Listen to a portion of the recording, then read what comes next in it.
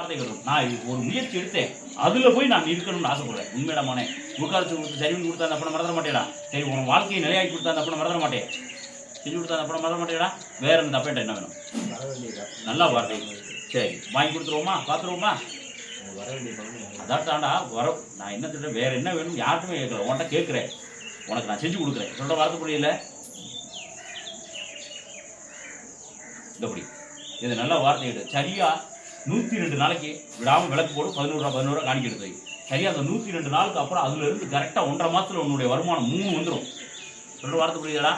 அதாவது பிஞ்சு சொல்கிற வார்த்தை புரியல. வர வச்சு கொடுத்து சரி பண்ணி கொடுத்தா அந்த அப்பனை மறந்துட மாட்டேடா.